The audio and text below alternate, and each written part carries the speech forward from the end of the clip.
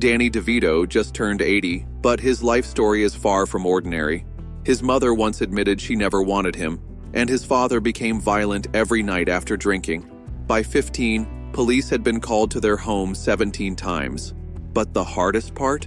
Danny has been hiding a painful secret for decades: Fairbanks disease, a rare condition that causes constant agony. Despite Hollywood offering millions for surgery to change his face, he refused and burned the contract. Now, at 80, the truth is finally coming to light. Danny's life didn't start easy. Born in 1944 in Neptune, New Jersey, his mother Julia was 40 and didn't want another child. She later admitted, "I didn't want him, but I'm so proud of him." That rejection haunted Danny throughout his childhood, but it didn't stop him. At home, life was unpredictable. His father, Daniel Sr., was kind during the day, but turned violent at night when drunk. Between 1950 and 1955, police were called to their house 17 times. Despite this, Danny didn't give in to despair. He stayed sober, created the Little Giants program in 1992 to help kids from broken homes, and defied the odds. By 14, Danny knew he needed to escape his dangerous neighborhood. He saved $237, convinced his priest to talk to his parents, and got their approval for oratory prep school. This decision likely saved his life. But Danny was also fighting a physical battle. Fairbanks disease left him 4'10" and in constant pain. In his 20s and 30s, his pain hovered between 6 and 8 out of 10. Despite this, he did his own stunts, even collapsed while filming One Flew Over the Cuckoo's Nest, and never got hooked on pain meds. Instead, he quietly donated over $12 million to support others with similar conditions, without ever seeking recognition. Danny DeVito didn't seek fame, he just wanted to help others suffer less. Few know that before acting, he trained as a beautician, putting in 2,500 hours and graduating second in his class. He worked at his sister's salon, Curl Up and Dye, and became so good that people booked months in advance. He even won awards for a hairstyle called the Neptune twist. It all started when a client's husband, a theater producer, encouraged Danny to audition for a play. Acting wasn't Danny's dream. In 1962, he applied to the American Academy of Dramatic Arts to study makeup. But after performing a monologue from The Rainmaker, they offered him a spot, not for makeup, but for acting. He hesitated, but after a second call with a partial scholarship, he took the leap. Years later, Danny found himself in a tiny, roach-infested New York apartment with his roommate, Michael Douglas. Their rent was $75 a month, and they ate canned beans while Douglas kept his famous last name a secret. With barely any money, they printed headshots and hustled to book roles. While Douglas landed parts, Danny faced constant rejection. He auditioned 248 times between 1967 and 1970 and got just 3 small gigs, earning less than $800.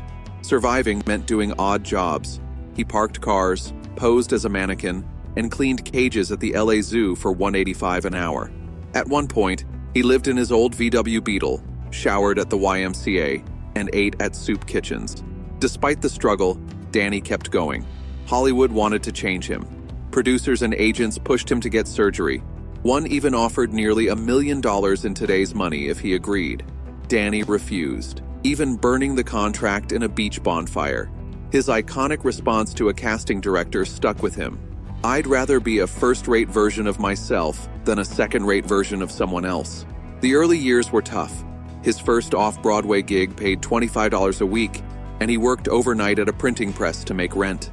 Filming his first movie in freezing water, he caught pneumonia and slept in a barn to save money. When his father died in 1972, Danny considered quitting acting. But just as he received an offer to work for the Postal Service, the phone rang with an audition for One Flew Over the Cuckoo's Nest. That call changed everything. Danny's former roommate, Michael Douglas, was the producer. Danny had already played the character Martini in a stage version, so when the casting team was unsure, he was ready. Filming in a real mental hospital with actual patients as extras added raw intensity to his performance. Although he was only on screen for 5 minutes and 52 seconds, he made a lasting impact. The film won 5 Oscars, and Danny, though not nominated, was finally recognized. In 1978, Danny made a career-defining move. He turned down 3 movie roles to audition for a TV show, Taxi. His agent told him not to, and everyone in Hollywood said it was career suicide. But Danny trusted his instincts. When he read the script for the character of Louis De Palma, he knew he had to play him. During the audition, he performed a full 7-minute monologue that stunned everyone. ABC was concerned about his height, just 4'10", but creator James L. Brooks threatened to quit if they didn't cast him. It was a gamble, but it paid off. DeVito didn't negotiate for more money, he just signed the contract. It paid 40% less than what other actors were earning, but to Danny, it was worth it. He believed in the character, and his faith paid off. Before Taxi, DeVito had been rejected from nearly 200 auditions in 3 years. Casting directors labeled him too short, too strange-looking, too different. But once the show aired, everything changed. In just 8 episodes, DeVito received over 11,000 fan letters, a massive feat for a supporting character. Louis De Palma wasn't a typical TV character. He was rude, nasty, and unapologetically awful. Yet, people couldn't get enough. Censors received 3 to 5 complaints every episode about his lines. Danny channeled all the rejections and anger he'd experienced into the role, and it resonated with audiences. By 1980, 93% of Americans could recognize Louis De Palma just from his voice or outline. His dispatch booth, built to match Danny's size, became iconic. Then came the awards. In 1980, DeVito won a Golden Globe, and the following year, an Emmy, shocking everyone.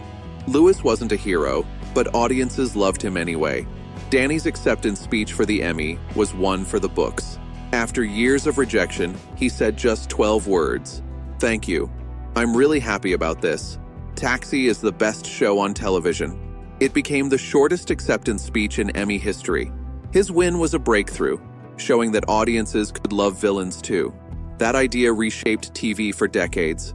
NBC tried to offer him $175,000 per episode to start his own show, a salary more than 11 times what he was earning. Danny said no. He was loyal to the Taxi cast. In the midst of his rising fame, DeVito met Rhea Perlman in an unexpected way. She came to break up with his roommate, but instead, she and Danny ended up talking for 6 hours. He later said he knew within 22 minutes that he wanted to marry her. A year later, Perlman joined Taxi as Louis' girlfriend, and they secretly moved in together after just 2 weeks. They even kept separate dressing rooms on set to avoid favoritism. Behind the scenes, they were building something big. In 1983, they quietly founded Jersey Films, their own production company. Even while filming Taxi, they worked nights and weekends on their business. Over the next 40 years, they collaborated on 17 projects, creating a rule: never go more than 2 weeks without working on something together. When Taxi ended in 1983, DeVito made a successful transition to film. That same year, he joined Terms of Endearment, which won Best Picture at the Oscars, and starred in Romancing the Stone, which grossed over $115 million on a $10 million budget. He reunited with Michael Douglas and Kathleen Turner for The Jewel of the Nile.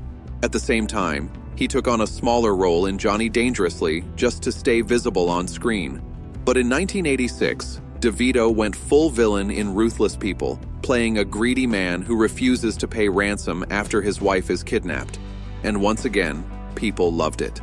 DeVito's performance in Ruthless People, 1986, was wild and unforgettable, earning him a Golden Globe nomination. The movie cost $7.5 million to make and earned over $71 million, showcasing his confidence in playing unlikable characters.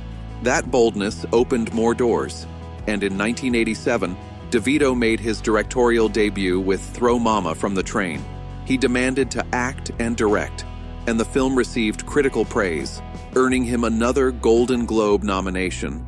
In Twins, 1988, Danny DeVito's pairing with Arnold Schwarzenegger as long-lost twins grossed $216 million, solidifying his status as a leading man. He continued to excel as both actor and director, with roles in The War of the Roses, 1989, and as the Penguin in Batman Returns, 1992, earning an MTV nomination.